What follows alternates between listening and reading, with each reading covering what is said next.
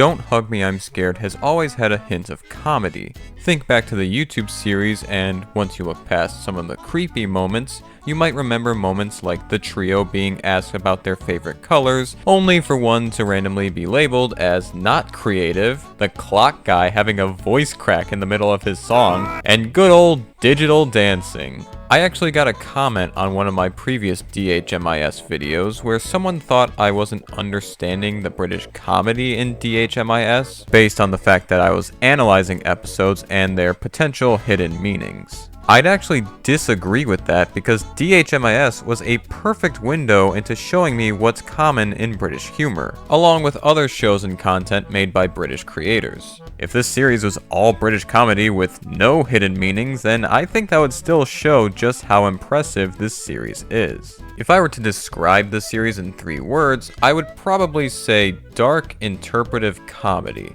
with the series being picked up to become a 22-minute episode-length TV series. That meant that more time could have been given to all 3 of those elements. The dark and disturbing moments, the details added to be analyzed for symbolism, and the moments of levity. All episodes manage to have a great balance of all 3 of these, but they'll often lean more in the direction of one than the others. I already talked about how episode 3 leans more towards horror, and episode 6 clearly had a great focus on interpretive elements due to its ties to the overarching narrative, but the one I thought to have a more noticeable comedy focus was, surprisingly enough, the second episode, Death.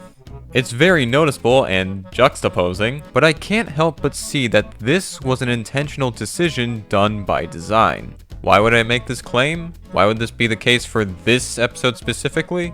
Let's take a look.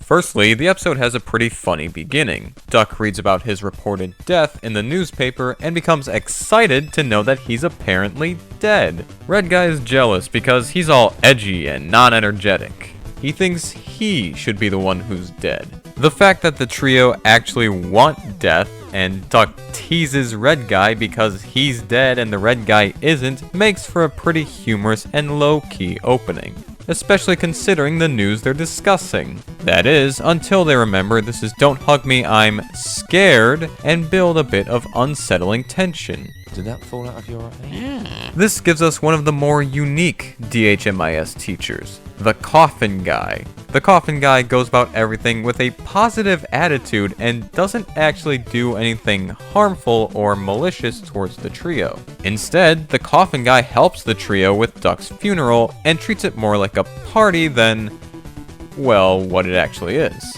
The trio also share that cheery, party-like enthusiasm, even singing an exciting song as they prepare for the funeral. That happy-go-lucky song from the bumper trailer for the TV series? Yeah, that came from this episode, and it's probably my favorite song from the TV series. It's not only enjoyable, but it's also ironic considering what episode it's from, and it transitions to the puppets singing about baking as if they forgot what they were doing. Also, of course the music video would reveal that Duck's funeral takes place on June 19th.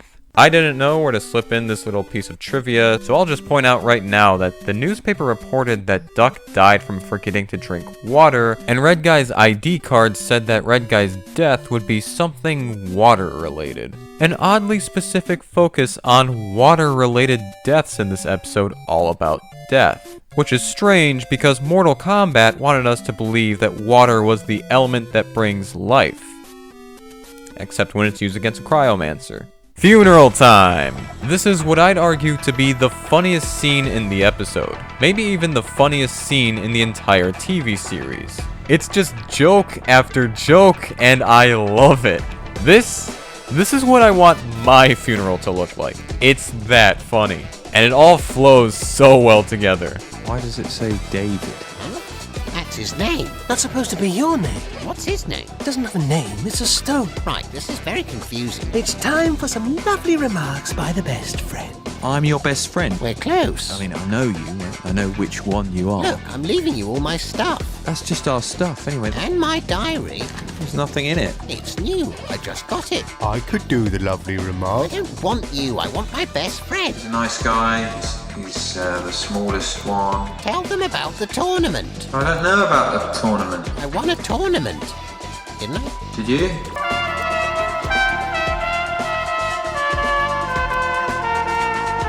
It's actually really nice. Hey, wow, I didn't like that. Oh. The funeral finishes with Duck being buried alive, while Red Guy and Yellow Guy return home, feeling a bit emptier without Duck. The dimly lit, quiet setting reflecting that feeling. There are suddenly many more pictures of Duck and other pieces of memorabilia, bringing more grief upon the two. This scene also shows how Red Guy is trying to force himself to move on and accept Duck's death, while Yellow Guy, with his more childlike mind, doesn't understand that Duck isn't coming back and misses his presence. Two pretty common ways that people act after the death of someone close to them. Duck's experience is a bit of a contrast though, with Duck still doing what he normally does despite being quote-unquote dead.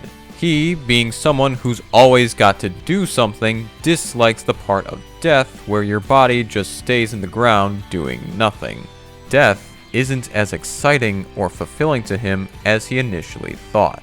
Which means he spends his whole time bothering the coffin guy by forcing him into conversations, scratching his insides, pissing inside of him, yes, that is now something I have said out loud, and blasting his sick tunes.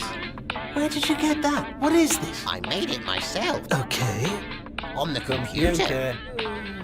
Anyways, to move the plot along, we get to this scene where the Yellow Guy and Red Guy have some home invaders. These random grieving strangers who falsely claim to be friends of Duck. This tissue box and these sandwich-loving fatheads successfully play their role in leading the duo in finding and making a replacement for Duck, which you can tell was their sole motive, as they're suddenly all gone after giving the duo their means of getting their replacement. They received a Make a New Best Friend kit, which can be used to make someone into anyone you want them to be. Red Guy is eager to fill the void left by Duck's absence as part of him not fully accepting grief and instead forcing readjustment. Yellow Guy detests to this idea, believing that Duck is and always will be an irreplaceable part of the group. This doesn't stop them from meeting Stain Edwards, the Forever Boy, who would be led and molded into a close to perfect replica of the Duck, which puts all three of these characters into unhealthy predicaments. Yellow Guy becomes all mopey and aggressive towards Stain Edwards despite this all being Red Guy's idea. Red Guy refuses to fully accept Duck's death and tries rejecting grief by forcing repairs and solutions, and Stain Edwards clearly has ambitions and curiosities that never get explored because he's forced to be Duck 2.0.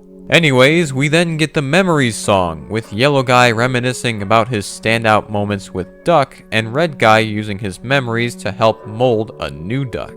Though, being unable to keep Duck as just a memory causes Yellow Guy to dig Duck back up in this beautifully shot scene. All with Yellow Guy sounding like he's going deeper into madness the more he sings. One murdered coffin later, and we're back to the norm. Duck is back, reeking of piss and readier than ever to resume his life. But then he meets his replacement and handles the situation by... Well, now there's four of us. There's us, look closely, you will see. Sometimes we have too much fun, we have to go to bed.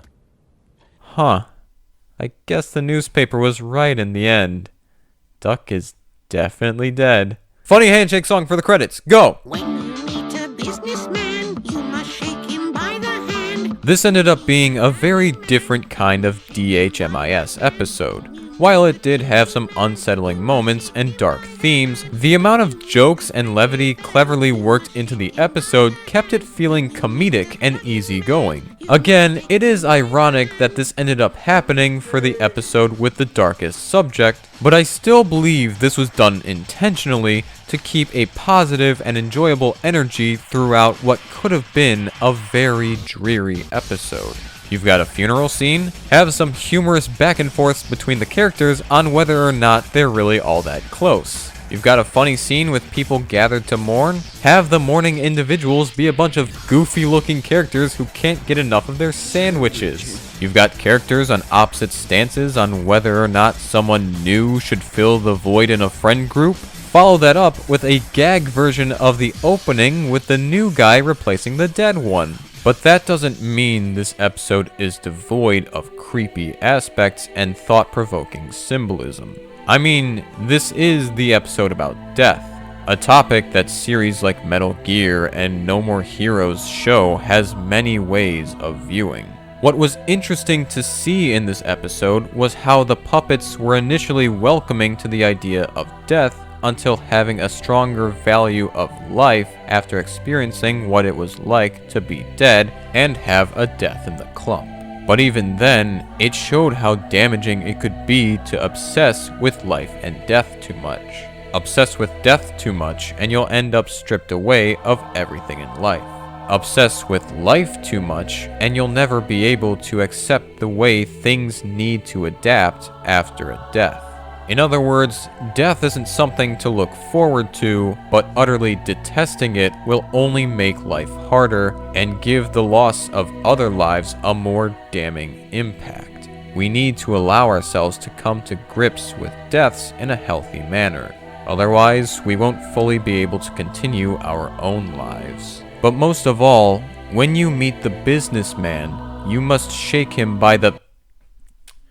Okay, who wrote that into the script? When you meet a businessman, you must shake him by the hand. As always, thank you for watching. Don't forget to do the typical YouTube stuff if you enjoyed this video. Like the video, subscribe, ring the bell for notifications, and if you want to support the channel and get some neat perks, consider clicking the join button and seeing how you can become a channel member today.